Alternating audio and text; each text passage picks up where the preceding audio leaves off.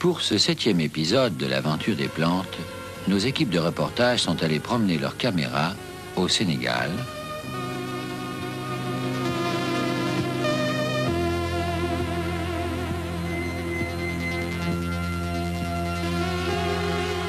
en Côte d'Ivoire,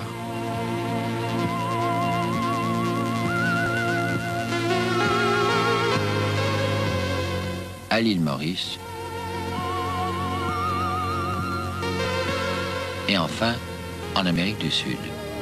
Tout laisse penser que c'est sous le climat tropical, il y a une centaine de millions d'années, à l'ère secondaire, que les fleurs primitives ont passé le premier contrat d'association connu entre plantes et animaux. Contrat qui se résume en 2 termes, je te nourris, tu me fécondes. Les fleurs adaptées aux oiseaux sont parmi les plus anciennes connues. Il n'y a pas d'herbes fécondées par les oiseaux. Il n'y a que des arbres. Et ceux-ci comptent parmi les plus beaux arbres du monde.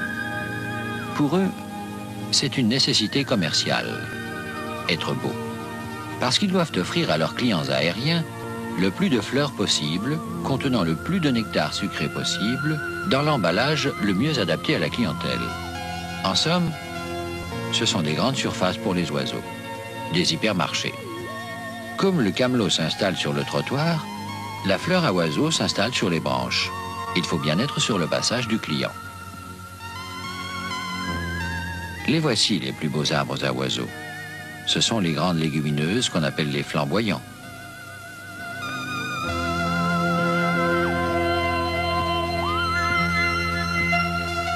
Le Césalpinia ou orgueil de Chine, etc. Ce n'est pas par hasard que ces fleurs sont généralement rouges, roses, orange ou jaune.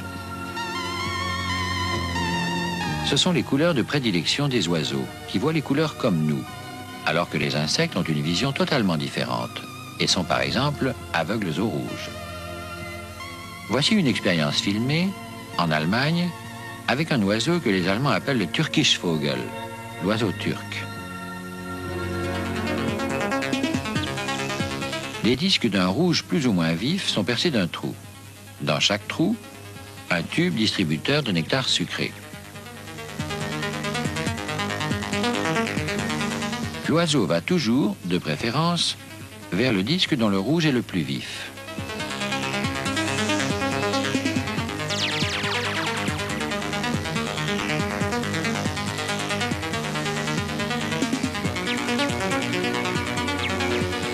Mais il aime aussi le vert, couleur de son plumage, dans laquelle il se reconnaît.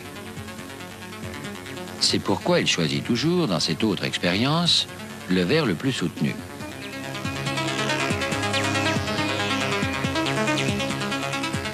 Et voici une expérience encore plus frappante, filmée aux États-Unis. Cet oiseau-mouche, qui entre parenthèses ne pèse pas le poids d'une pièce américaine de 25 cents,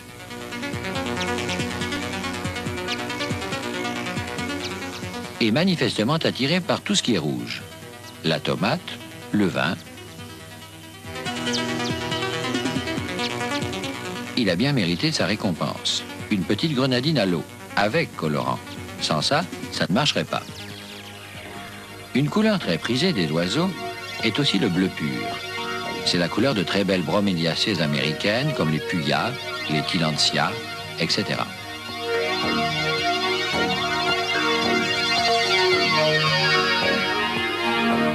D'autres fleurs adoptent tout simplement les couleurs arborées, c'est le cas de le dire, par les oiseaux eux-mêmes. Les plumes de cet oiseau-mouche ne sont d'ailleurs pas colorées. Elles décomposent la lumière par un effet de prisme dans les plumes, de façon à donner ce rose qui varie.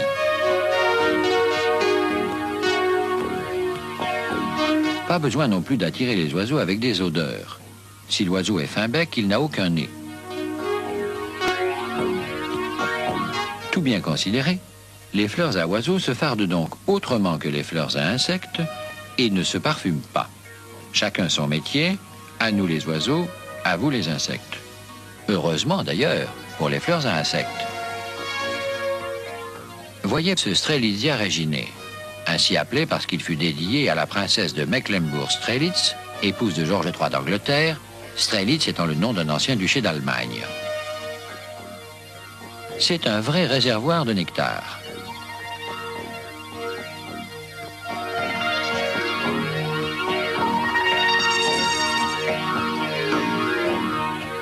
Imaginez que le Strelitzia, et avec lui toutes les fleurs à oiseaux, par exemple, la minuscule fleur de cet aloe s'avise de se parfumer pour attirer aussi les insectes et d'adopter en outre les couleurs qu'ils voient le mieux. Les fleurs à insectes, qui ne fournissent pas le 10e d'une telle quantité de nectar, perdraient tous leurs clients. Ce serait la mort des petits commerçants. On connaît pourtant des exceptions. On voit souvent des colibris dire à de gros papillons « pousse-toi de là que je m'y mette ». Ce n'est pas du nectar pour ta trompe. Et il arrive que l'insecte se rebiffe.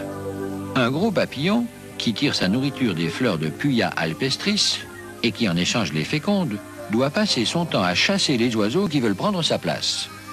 Ces bagarres pour une fleur, entre insectes et oiseaux, sont d'autant plus vives qu'il s'agit d'espèces fidèles à une fleur. Autrement dit, la fidélité à la fleur suscite la jalousie, comme dans toute relation amoureuse durable. Voici une histoire où la fidélité apparaît absolument indispensable. C'est l'histoire des pinstémons. Voici le premier acteur de l'histoire, Pinstémon centrotifolius. Il est fait pour être pollinisé par les colibris. Fleur d'un beau rouge carmin, tube étroit et profond, riche en nectar. Maintenant, voici un autre membre de la même famille, le Pinstémon palmeri. Changement de décor. Fleur de couleur crème, ce qui n'attire pas les oiseaux, plus ouverte aussi, et en plus une forte lèvre inférieure qui est une piste d'atterrissage pour insectes. Effectivement, ce pinstémon est pollinisé par une grosse abeille. Enfin, regardez bien ce troisième pinstémon. Manifestement, c'est le résultat d'un croisement entre les deux premiers. Question. Qui va polliniser cet hybride? Le colibri ou l'abeille? Eh bien, ni l'un ni l'autre. Le tube de sa corolle est devenu trop large pour le bec du colibri, qui s'y égare, et trop étroit pour le corps de la grosse abeille. En fait, le pinstémon bâtard a sélectionné son propre pollinisateur. C'est une guêpe dont la taille est juste faite pour sa corolle. Et si l'on peut dire, il a bien fait. Pourquoi? Parce que s'il était pollinisé par le colibri, celui-ci s'empresserait de le recroiser avec le premier de ses parents, la grosse fleur carmin. Et il cesserait d'exister tel qu'il est, dès la prochaine génération. Et s'il était pollinisé par la grosse abeille, même chose. Il se retrouverait mélangé à son deuxième parent, la fleur crème. Dans les deux cas, l'hybride à fleur lilas disparaîtrait. En se trouvant un pollinisateur bien à lui, le bâtard se met à l'abri de tout croisement nouveau. Il affirme son identité et garantit le maintien intégral de son patrimoine héréditaire. La nature fait ici de la fidélité au pollinisateur la condition même de la survie de l'espèce.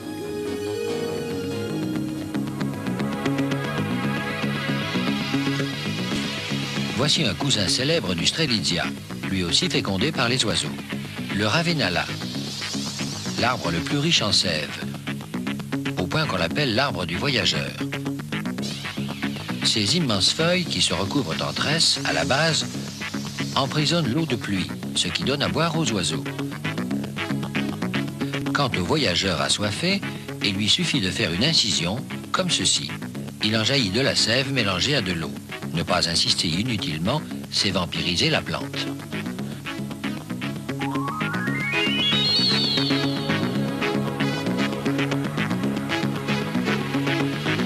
Ah, voici l'une des fleurs à oiseaux les plus classiques. L'hibiscus. Pour que l'oiseau vienne boire son nectar et emporte son pollen sur ses plumes au passage, ou au contraire en dépose sur son organe femelle, comment s'organise cette fleur? D'abord, elle est souvent rouge. Ou du moins, il y a du rouge au centre de la corolle. Ceci pour attirer l'oiseau. Ensuite, son nectar est au fond de la corolle. Si bien que l'oiseau, en venant le chercher, touchera forcément ses étamines chargées de pollen sur la colonne centrale.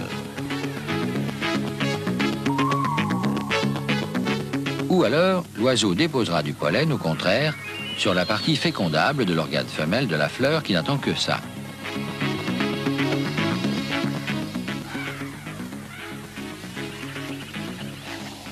À propos d'hibiscus, d'ailleurs, l'un de nos opérateurs, Georges Giauffret, a vécu une petite aventure en explorant l'île Maurice, près de Madagascar.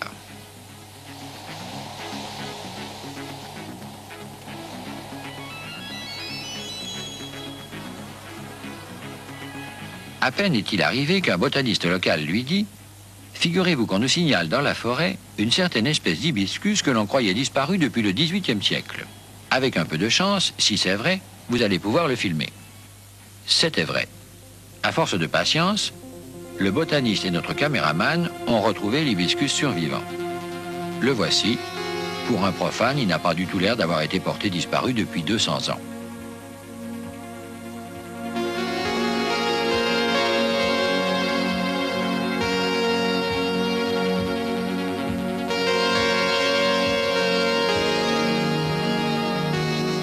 Pendant qu'ils étaient à l'île Maurice, nos reporters ont appris l'étrange histoire du dodo. Sur les armoiries de l'île figure un étrange oiseau, le dodo. On ne le trouve plus que figuré, ou au mieux, empaillé, ou à l'état de squelette au musée de l'île. Les Mauriciens l'ont tellement chassé qu'il a disparu depuis plus d'un siècle. Oui, mais voilà. Le dodo mangeait les fruits d'un arbre, le calvaria, dont il allait, après transit intestinal, rejeter les graines plus loin, ce qui propageait le calvaria dans l'île. Résultat, plus de dodo, plus de calvaria. Il en reste 2 dans l'île Maurice, celui-ci, à moitié mort déjà, et cet autre, peinturluré dans un virage pour que les voitures l'évitent.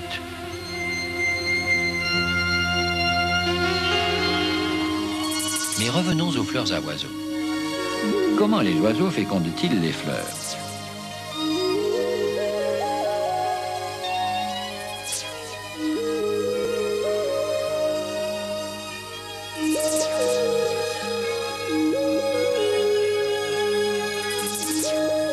Les filmer au travail est une entreprise qui demande une préparation et une patience énormes. Impossible dans la nature. Il faut utiliser une caméra ultra rapide pour obtenir un ralenti à la projection. Il faut habituer les oiseaux à la présence des opérateurs et des projecteurs qui les font fuir ou les énervent.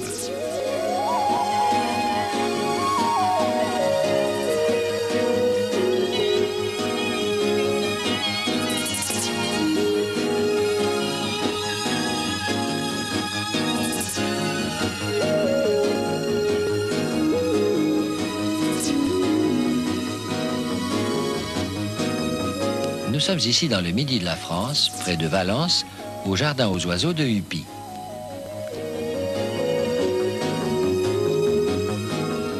En fait, la plupart du temps, les fleurs à oiseaux sont incapables de faire atterrir les oiseaux sur leur corolle, comme le font celles qui attirent les insectes. Il faut donc que les oiseaux pratiquent le vol en sustentation. C'est toute une technique. Parmi tous les oiseaux du monde, les colibris sont certainement ceux qui volent le mieux. Chez les autres oiseaux, seul l'abaissement des ailes a un effet aérodynamique. Le colibri trouve le moyen, lui, d'utiliser aussi le relèvement de ses ailes pour produire une force aérodynamique. Ce qui est tout simplement génial parce que ça lui permet de faire du surplace pour boire le nectar que lui offrent les fleurs. Les colibris font battre leurs ailes jusqu'à plus de 60 fois par seconde. Ils sont les seuls oiseaux capables de voler dans tous les sens, y compris de côté et parfois en arrière. La visite d'une fleur, à vitesse normale, dure quelques secondes. Elle est toujours imprévisible. Et un colibri a besoin de nectar 50 fois par jour. Comme chaque fois qu'une fleur est visitée, elle est fécondée, on comprend que 20% des fleurs du Brésil, par exemple, ont choisi de s'abonner aux oiseaux. Car un seul d'entre eux peut féconder plusieurs milliers de fleurs par jour. Malgré tout, les fleurs à oiseaux se méfient de leurs partenaires. Au cours de l'évolution, elles ont appris à enfouir leurs ovaires au fin fond de leur corolle pour les protéger d'un coup de bec mal placé.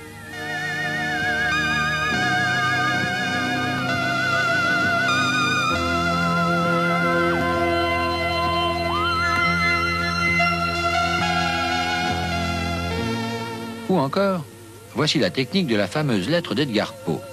Vous savez, placée tellement en évidence que le voleur ne la voit pas. L'ovaire de la passiflore est brandi en haut d'un mât, comme une provocation. Mais l'attention de l'oiseau en est détournée parce que le nectar qu'il attire est beaucoup plus bas, au fond de la corolle. C'est un moine botaniste qui a baptisé la fleur de la passion passiflore. Il a cru y voir les instruments de la passion du Christ. Les 3 clous, ce sont les 3 stigmates, les organes femelles fécondables, renflés au bout. Les 5 blessures du Christ, ce sont les 5 étamines. Enfin, le fameux ovaire, brandi à l'écart des oiseaux, lui a fait penser à l'éponge imbibée de vinaigre, tendue au crucifié par un soldat romain.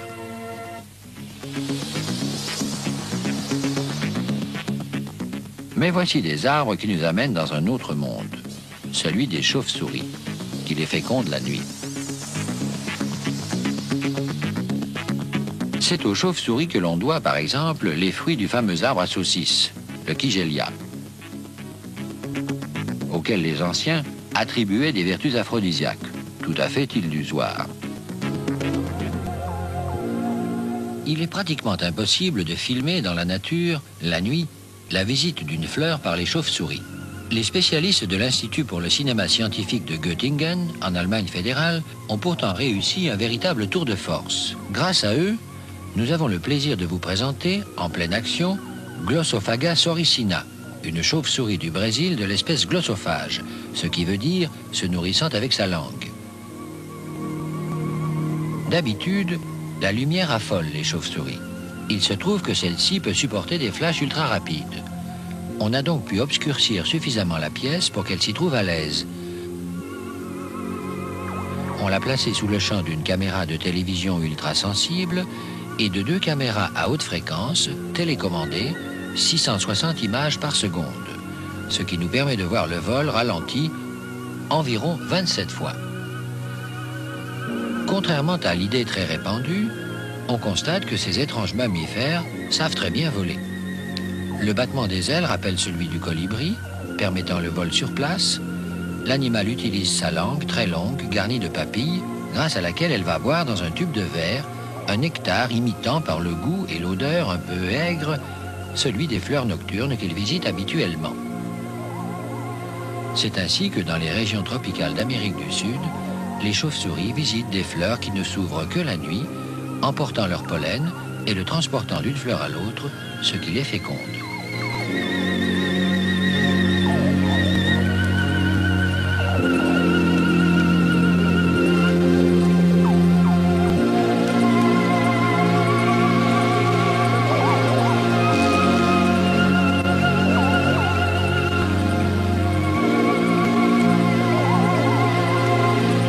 En Amérique centrale et du Sud, les cactus céreus, dont les fleurs ne s'ouvrent que la nuit, se sont adaptés à des petites chauves-souris qui, de leur côté, ont fini par s'adapter en ayant au bout de la langue un véritable balai à pollen.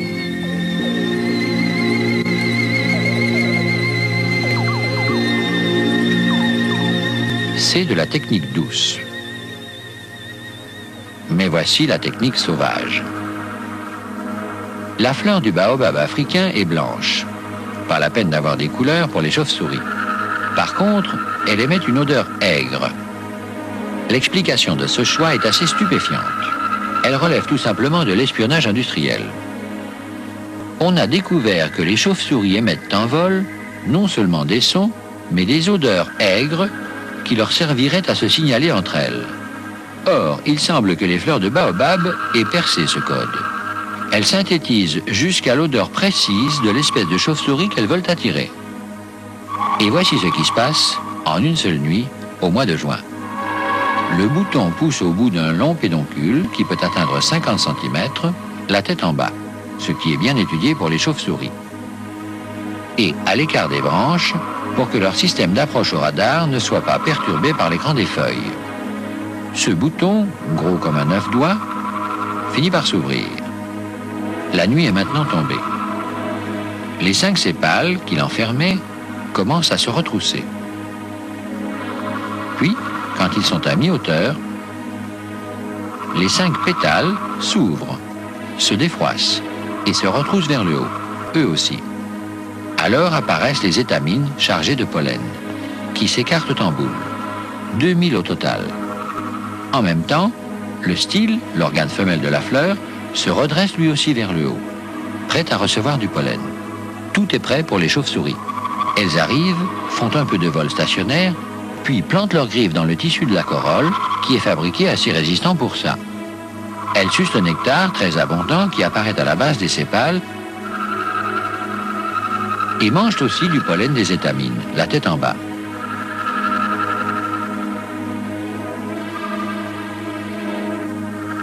Au petit matin, la fleur du baobab, ravagée, est morte. Tout tombe, sauf l'organe femelle fécondé, qui donnera un fruit. Le but est atteint, en une seule nuit. Mais à quel prix ?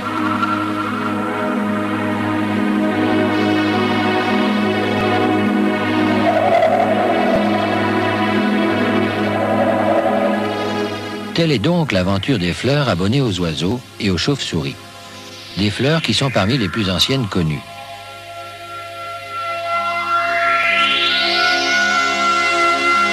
On pense donc que c'est beaucoup plus tard, à mesure que la Terre se refroidit, que les fleurs ont évolué vers des dimensions plus petites et se sont peu à peu, dans les zones tempérées, adaptées aux insectes. Ce qui les a obligés à inventer des techniques encore beaucoup plus extraordinaires. Ce sera pour les prochains épisodes de l'aventure des plantes. Vous y verrez que le contrat entre les fleurs et les insectes va des amours furtives aux amours fidèles. Vous y découvrirez de véritables contrats d'assistance, d'échange de services. Vous y verrez des inventions extraordinaires. Les petites fleurs à pistons de la centaurée, par exemple.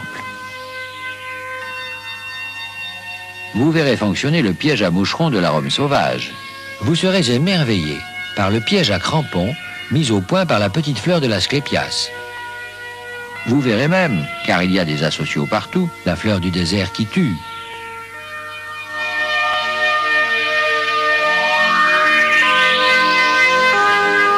Et la fleur des marais victime d'un cambriolage avec effraction. Car rien ne ressemble tant à l'aventure des plantes que celle des hommes. Nous n'avons pas fini de le découvrir.